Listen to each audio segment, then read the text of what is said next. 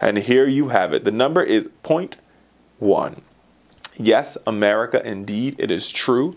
The richest 0.1% is about to control more wealth than the bottom 90%.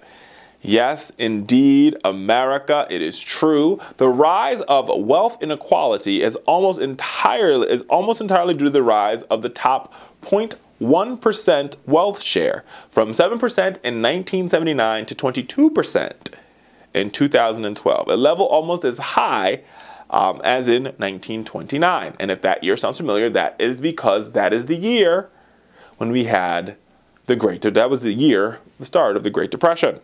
The bottom 90% wealth share first increased up from the mid-80s, but has now been on the steady decline. The increase in wealth concentration is due to the surge of top incomes combined with the increase in the savings rate inequality. Now, you guys know that in my past life I was an economist, and so I'm going to break this all down for you. So here's the thing, and I don't want to spend too much time talking about it, but it's actually some pretty cool. And if you are a Netflix watcher, there's a whole documentary. I think it's called like Flaws in the Market, Flaws in the Market, and it really breaks this down and explains how this whole thing worked.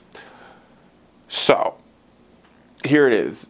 In the 1950s, which is when America was doing its best, this is what you had. You had a steady spread of wealth. So the middle class carried about, your typical bell curve, right? So you have, well, not really your bell curve. It's more so like a skewed bell curve. But if you think about it, this curve is going up like so. If you're watching this, it's like a half a bell curve, right? And you have your wealthiest 1% getting a larger, having some of the wealth, but a majority of the wealth concentration was concentrated in the middle of the graph, which is also, I guess you call it a bell curve.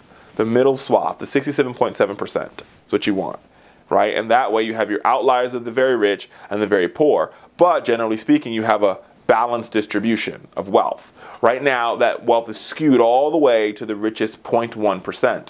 And because of that, you've created a situation where, and because we haven't seen a growth in incomes over the past years to adjust it for inflation, we have a situation where income is stagnant amongst middle-class families. So every year, because the income stays stagnant, more people leave the middle class and they go to the poor and the working class. And when they go to the poor and the working class, that wealth is being transferred to millionaires and billionaires.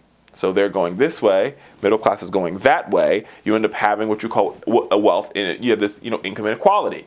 The greater the income inequality is, the more likely you are. It is basically the perfect storm. It's like almost like setting up for a forest fire. It's all this dry kindlage and dry trees and dry climate. So when somebody lights a match, boom. And like Smokey says, only you can prevent forest fires. And that means what we have got to do as a nation is we've got to find a way to redistribute wealth. And that means, one, making investments in our economy. What the president's talking about now, infrastructure investments, a great way to do that.